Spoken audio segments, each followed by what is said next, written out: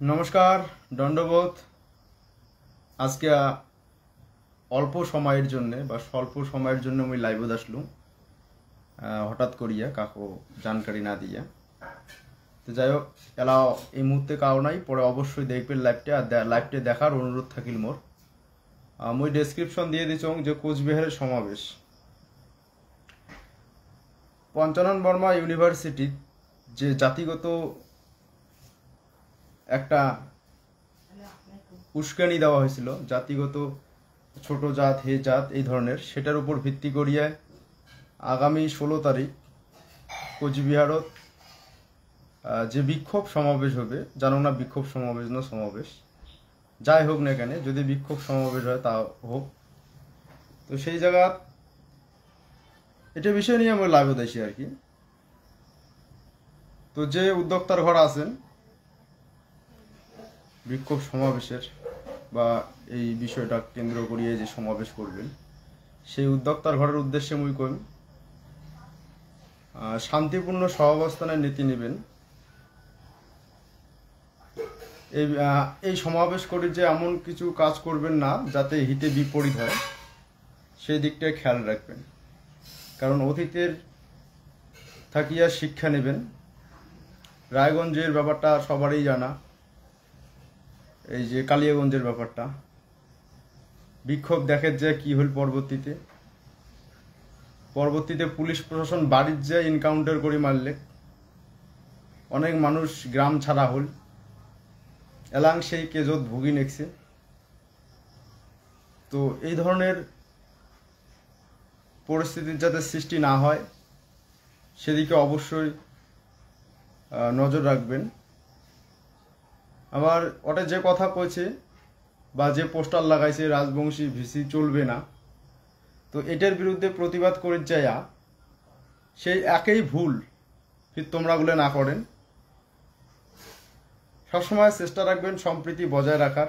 এই একবিংশ শতাব্দীর জাতপাত নিয়ে যে মানুষগুলো কথা কয়, তার মুখত যাতে ঝামা ঘুষি দেওয়া যায় সেইভাবেই সমাবেশ করবেন। কারণ ওই উমরা কইছে যে রাজবংশী ভিসি চলবে না, সেটার বিরুদ্ধে সমাবেশ করি যে তোমরা যদি কোন ভাটিয়া চলবে না, বাংলাদেশি চলবে না, বাঙালি চলবে না। তো এই ধরনের ভুল ভিত তোমরাগুলো না করেন। আর মুই বাঙালি সমাজের মানুষকে অনুরোধ করি যে তোমরাগুলাও এই ধরনের সমাবেশত অংশ নেবেন। কারণ এই একবিংশ শতাব্দীর যদি এই ধরনের ভাবনা চিন্তা নিয়ে থাকে, তাহলে ভবিষ্যতে সবারই অসুবিধা হবে। আজকে বাঙালির ঘর যদি কয় রাজবংশী ভিসি চলবে না, রাজবংশী ছোট জাত, একইভাবে কিন্তু রাজবংশীর ঘরও কবে যে বাঙালি ছোট জাত, বাঙালি ভিসি চলবে না। তো এটা যাতে চিরতরে বন্ধ হয় তার জন্য আমি অনুরোধ করি বাঙালির ঘরেও অংশ নেবেন। এই কারণে আমি কথা দিচ্ছ, কারণ বিগত দিনেও আমরা দেখির পাচ্ছি, বিশেষ করে কোচবিহারের ক্ষেত্রে যদি আমরা দেখি,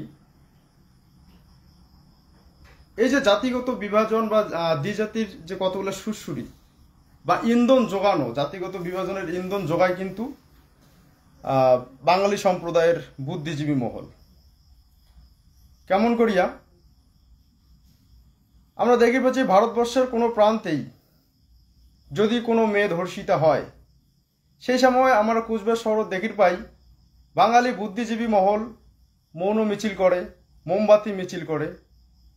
কিন্তু যখন কোনো রাজবংশী ঘরের মেয়ে ধর্ষিতা হয়, তখন কিন্তু বাঙালি বুদ্ধিজীবী মহল এই উদ্যোগটা দেখায় না। জাত দরুন রাজবংশীর ভিতরে কিন্তু একটা অন্য জিনিস, অন্য একটা বিষয় কাজ করে।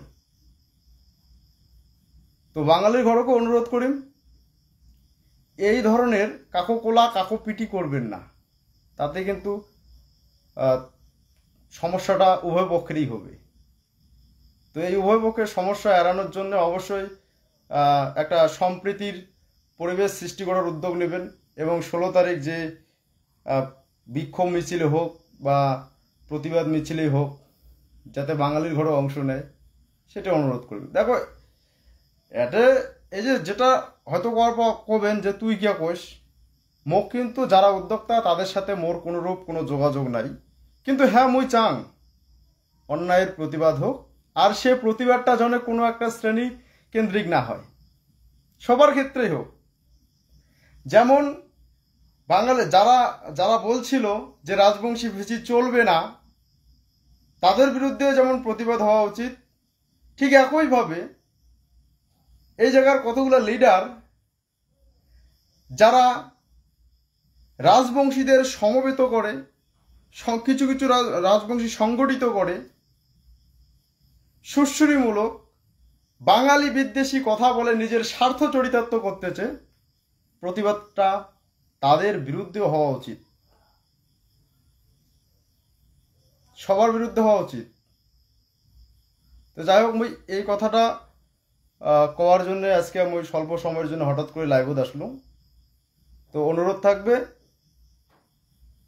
যারা সমাবেশে সামিল হবেন শান্তিপূর্ণ সহাবস্থানের নীতি নেবেন, আইন নিজের হাতে নেবেন না, এমন কোনো কাজ করবেন না যাতে পরবর্তীতে খেসরত দেওয়া লাগে। আর একটা বিষয়, মানে কর গেলে অনেক কিছু ভিড়ে তো মনদ আসি যায়।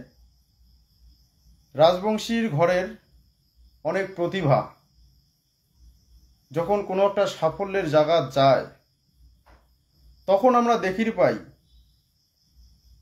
রাজবংশী সমাজের কতগুলো মেরুদণ্ডহীন লিডার ওদের সাথে গিয়ে ছেলপি উঠে সেই প্রতিভাটার গায়ে একটা দাগ লাগিয়ে দিয়ে আসে।